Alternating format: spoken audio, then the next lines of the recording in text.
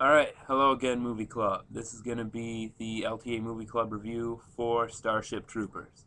And first, I want to thank Phil or whoever chooses the movies for the movie club because this is a movie I've been wanting to see for a long time, but I never got around to watching it. This just sped up the process for me.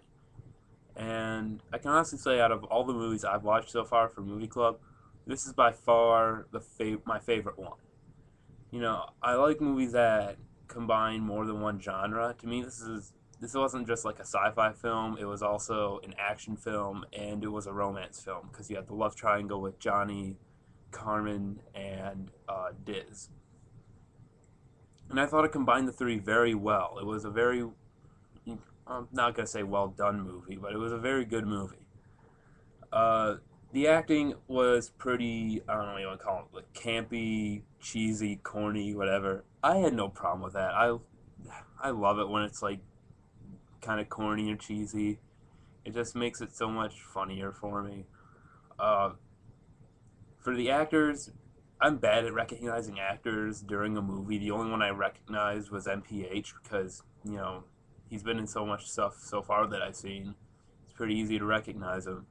It's just so weird to see him at like that age because he's no longer Doogie Howser, but he's not yet Barney Stinson or Doctor Horrible.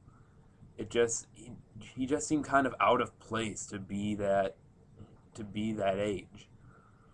Um, I didn't realize until after the movie was over and I looked up the credits that Denise Richards was in this and that she was Carmen because she had to get famous somehow, I guess, to have her own reality show besides being married to Charlie Sheen.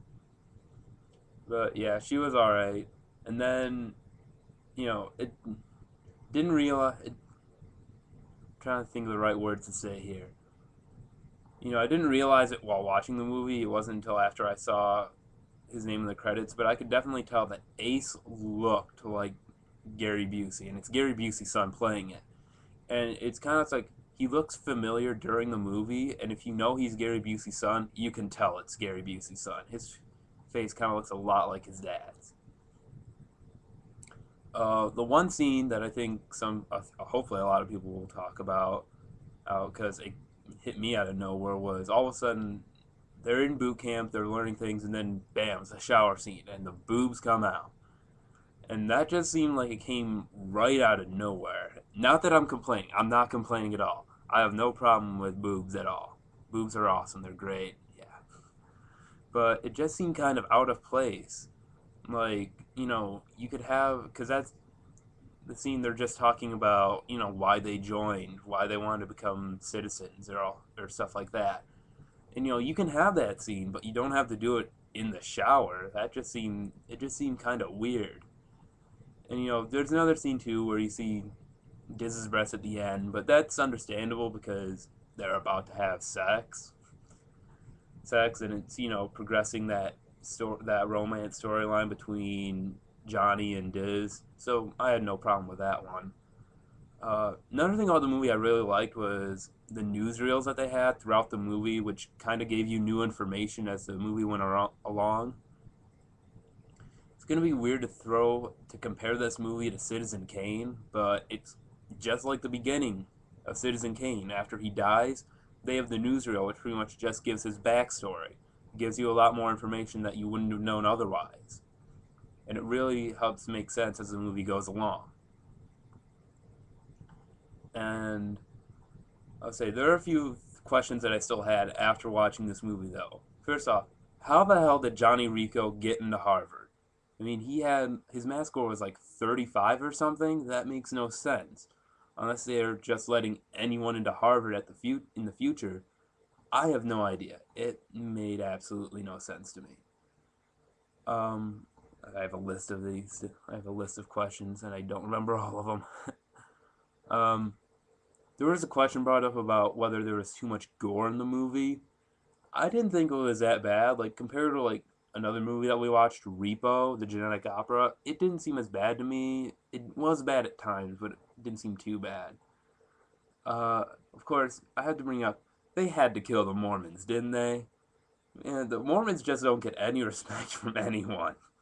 I feel a little bad for them, but just seeing that, I laughed. I'm not gonna lie, but it just seemed we have to pick on the Mormons and everything. Um, Another question I have: I know this isn't set in the future too, but why does everyone speak English in Buenos Aires? Unless this is like a specific sector of Buenos Aires, but it just seemed like everyone in South America or Buenos Aires or whatever spoke English. I don't understand that. I mean, you can still have the movie kind of like in that setting, in like the tropical party like setting, but you can like set it in an English speaking area. Like you can set it somewhere like in Florida, like in like Miami or something like that. I don't see why you set it in Buenos Aires. It didn't really make much sense to me.